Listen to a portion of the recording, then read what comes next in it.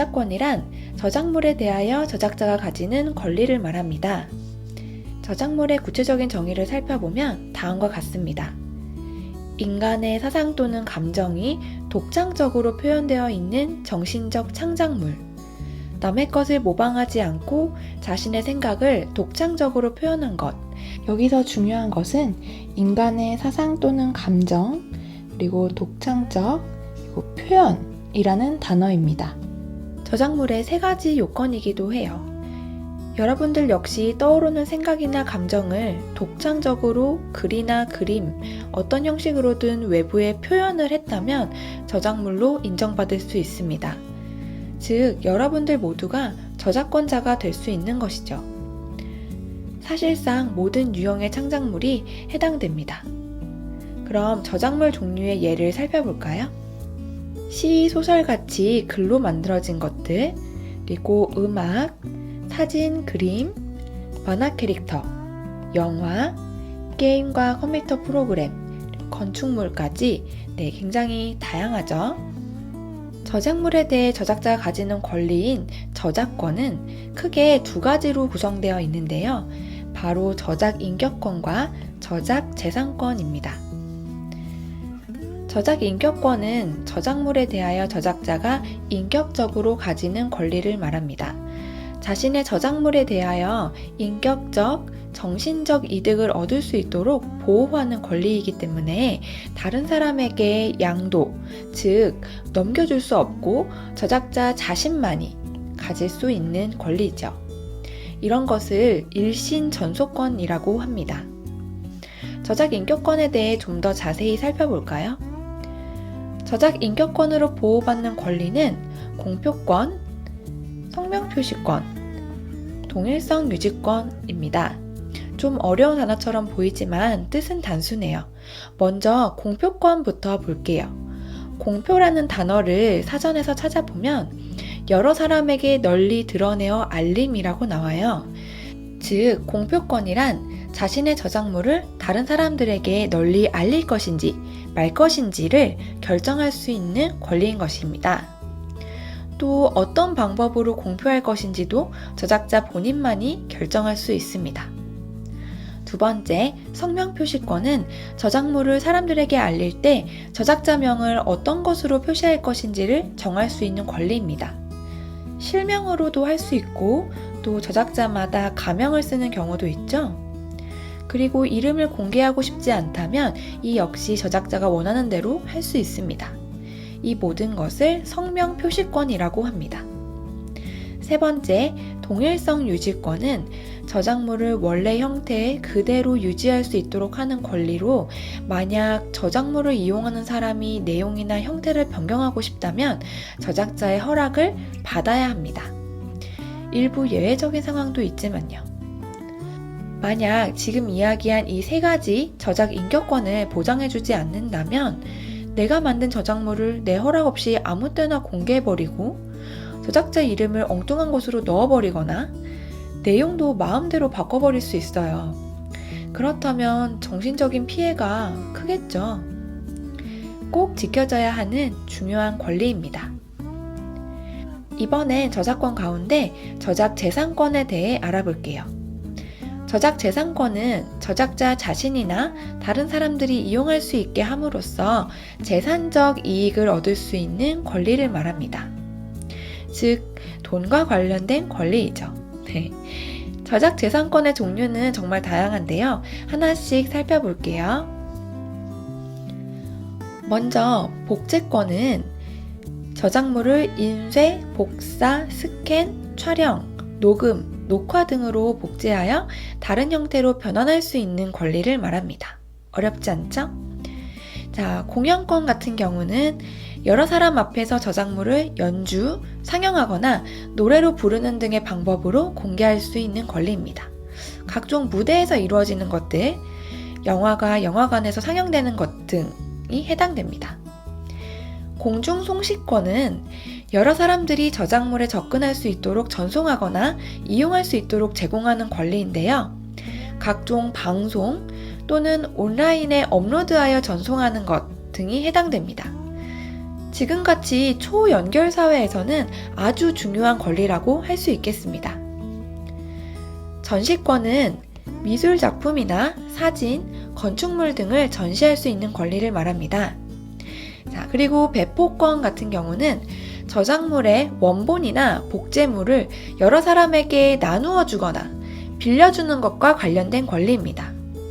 다만 배포권에는 최초 판매 원칙이라는 것이 적용이 되는데요. 그렇기 때문에 저작물의 원본이나 복제물을 저작자가 판매를 통해서 거래를 했다면, 이제 거래가 완료가 됐다면 저작자가 다시 배포권을 행사할 수가 없습니다. 자, 예를 들면요.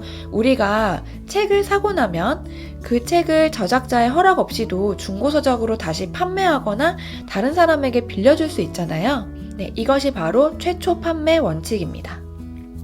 하지만 여기에 예외가 있는데요. 바로 판매용 음반이나 판매용 컴퓨터 프로그램입니다. 이것들은 저작자가 다른 사람에게 판매한 후에도 빌려주거나 나누어 줄 수 있는 권리를 저작자가 갖는데요. 이를 대여권이라고 합니다. 그래서 도서 대여점이나 DVD 대여점은 있지만 음반이나 컴퓨터 프로그램을 취급하는 곳은 없는 것이죠. 마지막으로 2차 저작물 작성권은 요즘 정말 중요하게 다루는 권리인데요. 원래 있던 저작물을 번역, 편곡, 변형, 각색하거나 영상으로 제작하는 등의 방법으로 이용할 수 있는 권리를 말합니다. 책이나 웹툰이 영화나 드라마로 제작된다든지 애니메이션 캐릭터나 카카오 프렌즈 같은 캐릭터들이 상품으로 활용되는 경우들이 해당되겠죠. 이 역시 저작자에게 권리가 있기 때문에 반드시 허락을 받아야 합니다.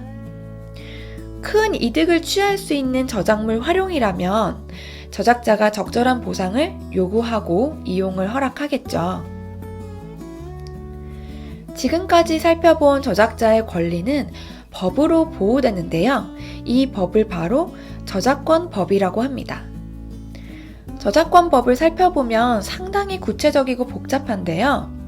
다양한 저작물 이용 환경에서 저작자의 권리가 침해되는 일이 없도록 하기 위함입니다. 그런데 왜 이렇게까지 저작권을 보호해야 할까요? 일일이 저작자에게 허락을 받아야 한다니 너무 답답하다고 느낄 수도 있을 거예요. 내 마음대로 편하게 쓸 수 있다면 참 좋을 텐데 하고 말이에요. 하지만 여러분들이 저작자의 입장이 되어보면 바로 이해할 수 있을 거예요.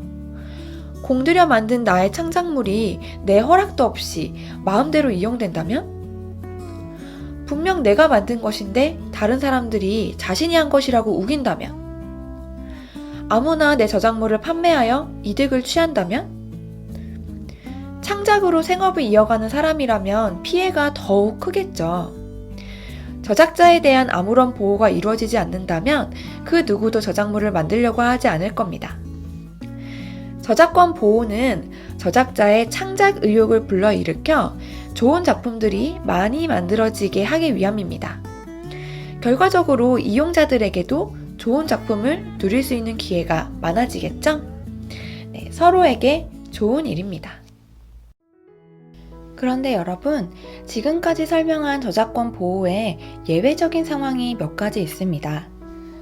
학교 교육 목적, 즉 수업을 위해 저작물을 활용하는 경우는 예외로 둡니다. 또 정당한 방식으로 인용하는 것, 영리, 즉 금전적 이득을 취할 목적으로 하지 않는 공연이나 방송도 예외로 둡니다. 개인적으로 이용하기 위한 복제, 누구에게도 보여주지 않고 빌려주지 않고 혼자만 이용하는 경우, 이런 경우도 예외로 둡니다. 도서관 등에서 복제하는 것, 이것도 예외로 두죠. 또 저작재산권에 한해서는 저작자의 사망 후 70년이 지나면 공유 저작물로서 좀 더 편리하게 이용이 가능해집니다. 저작자가 생존해 있다 하더라도 자신의 저작물을 공유 저작물로 배포하여 많은 사람들이 허락 없이 이용할 수 있게 하는 경우도 있죠. 이런 저작물만 모아놓은 사이트들도 있습니다. 예를 들면 공유마당이라는 곳이죠. 이런 예외적인 상황을 두는 이유는 보호가 너무 지나치면 저작물의 원활한 이용을 제약할 수 있게 되기 때문입니다. 비영리 목적, 공익적 성격의 이용 등 저작자에게 큰 피해를 주지 않는 선이라면 보호의 범위를 적절하게 조절, 제한해서 문화의 향상과 발전에 이바지하려는 것입니다. 저작권 보호의 예외가 되는 상황, 또는 공유 저작물이라고 해서 내 마음대로 이용하라는 것은 아닙니다. 기본적으로 저작물을 이용할 때에는 저작자의 이름과 출처를 밝혀야 하죠. 또 이용과 관련된 구체적인 지침들이 마련되어 있기 때문에 이용 전에 잘 살펴봐야 합니다. 자세한 내용이 궁금하다면 저작권법을 살펴보거나 한국저작권위원회 사이트 등에 방문해 보면 좋겠습니다. 자, 그러면 저작물을 올바르게 이용하는 방법을 한번 정리해 볼게요. 여러분들이 일상생활에서 다른 사람의 저작물을 이용하게 된다면 다음에 5단계를 거쳐보길 바랍니다. 1단계, 어떤 저작물을 이용할 것인지, 어떤 방식으로 활용할지 결정합니다.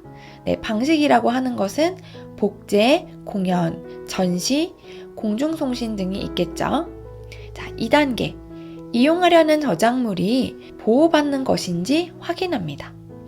보호기간이 지났거나 공유 저작물인지 확인해보는 단계라고 생각하면 되겠습니다. 하지만 여기에 해당하더라도 저작자 이름과 출처 표시 등이 필요한 경우도 있으니 꼼꼼하게 체크합니다. 3단계, 저작물 이용 방식이 저작권법상 저작재산권 제한에 해당하는지 확인합니다. 저작물 보호의 예외에 아까 살펴봤죠? 저작물의 표현이 아니라 단순히 아이디어만 이용하는 것, 교육 목적, 공정한 인용, 도서관 등에서 이용, 사적 이용 등에 해당하는지 확인합니다. 해당한다면 저작자에게 허락을 구하지 않고 이용할 수 있습니다. 단, 이용 범위 등이 상황마다 다르니까 확인을 해야 됩니다. 자, 4단계, 2단계나 3단계에 해당되지 않는다면 저작권자에게 저작물 제목과 이용하려는 방법 등을 자세히 알리고 이용 허락을 받아야 합니다. 마지막 5단계, 저작자에게 허락받은 범위 내에서 이용하고 저작권자의 의사에 따라 저작자 표시, 출처 표시 등을 명확히 하고 사용해야 합니다. 잘 이해되셨죠?